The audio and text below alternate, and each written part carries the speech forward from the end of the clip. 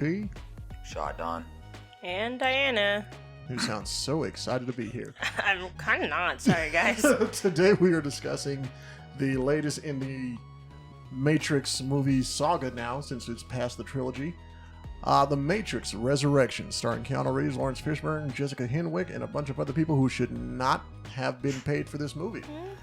Don't talk about Neil Patrick Harris like that. All right. Lawrence Fishburne was not actually in the movie, but there's a cameo from the whatchamacallit old movies. All right, let's do this shit. There is some very interesting stuff here. So what we have is a continuation from the original trilogy, which gave us a definite end. Yeah, people died. Mostly everyone. We had an end. It was concluded. It was done, and I would almost say done properly. Yeah, between the 3 movies, the animated movie, and the video game. Yeah, and I like the way they ended it. I was fine with Neo and Trinity dying. Totally cool with that. It was perfect. And so, in true Warner Brothers fashion, the same fashion that gave us Space Jam 2, we now have a extremely annoyingly meta follow-up done by Lana Wachowski. Done by Lana Wachowski, yes. Wachowski herself. And so in this 100% unnecessary sequel, we have Neo, who is... he doesn't know who he is. He has been resurrected, so has Trinity. They have been given new names, new faces. New lives. And for seemingly no reason at all, the Matrix has come up with a great idea to restart everything, which was the agreement that they came to in the previous movie with the machines. Exactly. To get rid of Agent Smith. That agreement was to remake the Matrix, where people had a choice to enter willingly or get out and go to Zion. And it's been 60 years, and the decision that was made back then has no place here. Yeah, absolutely not. Because what's happening is completely nonsensical. He is now trying to find himself, but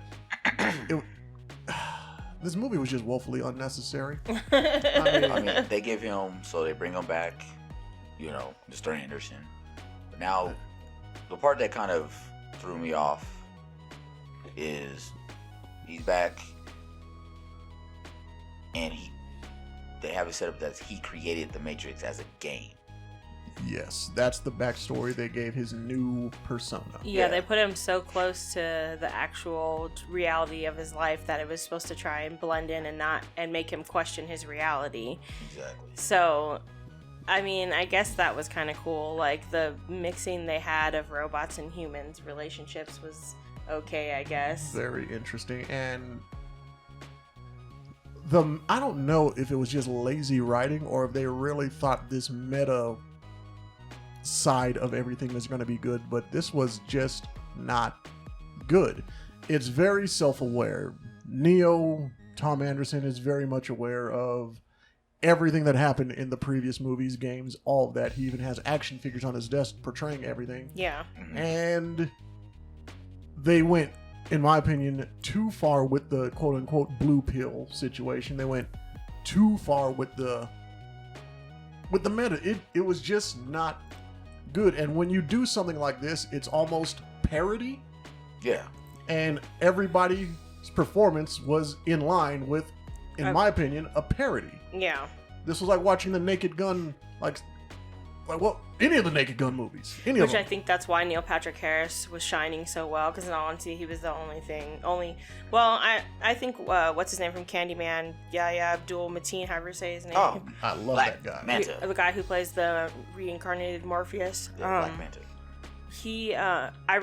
I liked his acting, but he's just usually solid. And Neil Patrick Harris, other than that, and I love Keanu Reeves. Like, he is one of my favorites, but I really could have gone without this one. Honestly. It was really hard to get through. I felt like a chore. I mean, 2.5 hours. I felt like I was in trouble watching it. I guess, when me and you were talking about it before, Nick, we're saying they could have cut this way down, made one of those 88-minute animated movies, and it'd have been done.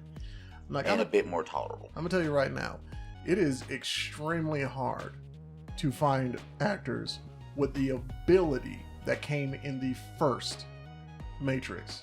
Yeah. When they replaced Agent Smith with this new actor, Jonathan Groff, oh, did they fuck up? Oh, did they miss the goddamn mark here? Yeah, that was unfortunate. In Jada Pinkett Smith's part, they could have just cut it. Fucking cringe. It was with Jonathan terrible. Groff playing Agent Smith, like that first scene where he aware that whole Mr. Anderson, it was like, oh god. This was like,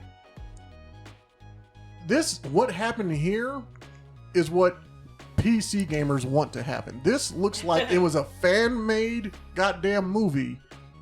Warner Brothers found it, and they're like, okay, let's throw $5 more behind this, and bam, it's in theaters and in our living rooms via HBO Max. Well, I was gonna say the graphics weren't that bad realistically. Well, I mean, they weren't any better or worse than some of the old ones of him flying. The force push thing was done like any other, like that Push movie, just fine. Now, like the only reason I'm going to disagree with you there is because there was a very specific aesthetic that the first three had. True. It was very gloomy when it came to the Matrix. Yeah. Everybody's wearing dark colors. It was aesthetically different, but I just mean like definitely. that the robots didn't look bad. You know what I mean? Yeah. Like, Oh, the CGI was good, But wasn't. when it comes to the costuming that they chose for this one, it didn't match. No. not at all. Not at all. Not at all. Now, I understand that this is a new Matrix. This is a literal new world that they had to create, but if you're going to create something brand new, then why the hell did it have to come into the Matrix's world? I was gonna say, yeah, at the expense of something that was fine on its own. See, It's fair. and to me, in my opinion, visually, storyline-wise, it goes with the same thing that I keep saying. I don't want a black Superman. I want a brand new black superhero that can go toe-to-toe with Superman. That'd be cool. Exactly. I don't need a female version of Daredevil. Just give me a brand new female character that can go toe-to-toe with Daredevil. That'd be cool. Why is that so fucking hard to comprehend? Don't give us a redo of something or something adjacent to it. Just give us something brand new and fresh. And what they did here was just laughable. Yeah. I mean, swarm mode? I'm not trying to give anything away, but swarm mode? Yeah, that Yeah, was what pretty the atrocious. I'm just the what the hell was that? the force push thing and the swarm mode thing. Honest, I don't. I'm done talking about this, guys. I'm sorry. That's fine, because when we have this, we have Keanu Reeves, who when he first appeared into the Matrix, he was not a great martial artist. Yeah. Throughout the series, he became better. Later on in life, he became John Goddamn Wick, who is a force among himself. And when we get him in this, we have Luke Skywalker? It was just disappointing. The fuck is going on? Yeah, it was These fight scenes were so sloppy. horrible.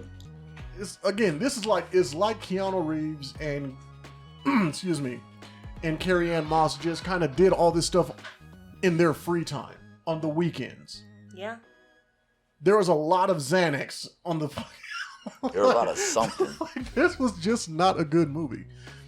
So I mean, we can shit on this thing all day, but I think this shitting on it properly would take a movie rant. Yeah. I refuse to give this any more time. Like, so. Well, I guess you consider this a movie rant because it was 2.5 hours of my life I can't fucking get back. Visually unappealing. Storyline was non-existent other than we want money and the Matrix will give us that. And the acting is fine. It's not like they're bad actors. Everyone in the movie did what they do, but it didn't match. It didn't work. The story. I'm not saying like Keanu Reeves was like terrible. It just was a shitty movie. Now, I mean, there's parts in the movie like I want to say that like wowed me or grabbed me, but there's parts of the movies kind of like it. There were parts that kind of made me want to pay attention, and then it let me down. fair. I mean, I would say Yaha, however you say his name is. Again, me being such a fan, I should probably find out how to pronounce his name properly, but he is one of those very rare actors that can do over the top and just right, flawlessly. Yeah. Because God, he was so good in Candyman. That's still my favorite movie of his. I've But seen even that as one yet. Morpheus, like he turned a weird ass costume, and I was like, why is it kind of pimpy? Yeah. Right? Again, Exactly. It's almost like L'Oreal had a lot to do with the costuming Right. and casting of this goddamn movie. That's But funny. yeah, no. So seriously, I mean, y'all, he can do serious, he can do campy, he can do over the top. Yeah. You can see what his ability is throughout his entire career, which really isn't that much. Yeah. I mean, he was the goofy, crazy dancer bad guy in that musical series that I can't think of right now, but it's over with anyway. He was a kind of over-the-top bad guy in Aquaman. Yeah. He was serious in Candyman. Yeah. He was just solid. He was solid. It was so bad we can't even tell what the hell, like, what's her name? Idria Ibarra Lexi? Why was she even there? Why was anybody even here? Yeah, they had her character connect to the old movies too, but I don't know. And you guys are forcing me to continue to talk about this, so I Okay, well, I will just finish this out by saying Jonathan Groff is not Hugo Weaving. That was a bad idea. it was not even Horrible close. cast. Huge miss. Very big. So I would say out of all of this, I will let you guys go first. What are you giving this? What numbers are I give it a attached to 2. Thank you. this? You mind elaborate? No. There's nothing to elaborate. I get this shit a fucking a 1? You guys are mean. I mean, just to be the nice guy this time, I'm going to give it a 3. Wow. I Because- can't believe you gave it the highest fucking ranking out of all of us. Because Mr. Yahya Abdul Mateen. There's your 3. Neil Patrick Harris. Why do you keep leaving him out? Because Yahya was in it more. That's it. That is it. So, yeah. 3 out of 10 Harris for made me. it watchable. He was fine, but again, The whole storyline was garbage, man. Neil Patrick Harris is Neil Patrick Harris. No matter how you... He is kind of a brand too. He is definitely a brand, but he's a solid brand. He's not an overused brand. Agreed. So, Neil, hope you got paid good for this fuckery. I mean, it was a 190 million budgeted movie. Jesus Christ. I hope, Wow, the movie was over budget. I hope it doesn't even earn enough back to get a moon pie. But okay, so for Moufpiece Entertainment, I'm Diana. Nick P. Damn it. This is Shah Don saying, don't watch this bullshit. No, definitely watch this bullshit so you understand that we're not hating on a classic film franchise. We are sad they thought this was what worth we wanted. everybody's time. I Watch thought it. this is what we wanted. I'm Y'all like, you don't watch even it. know me. I thought you did. Go watch this shit and go leave comments on our YouTube and Facebook and stuff and let us know what you thought of this monstrosity of a movie that should have never been Yeah, made. definitely. If you have a reason why it was good, please tell me. Because Yeah, I would if love- I missed actually, something, I would I love that will argument. listen to it. Yeah, I want to hear you. No, fuck that. Let's issue a challenge. Watch this movie, and if you happen to like this movie, please comment why.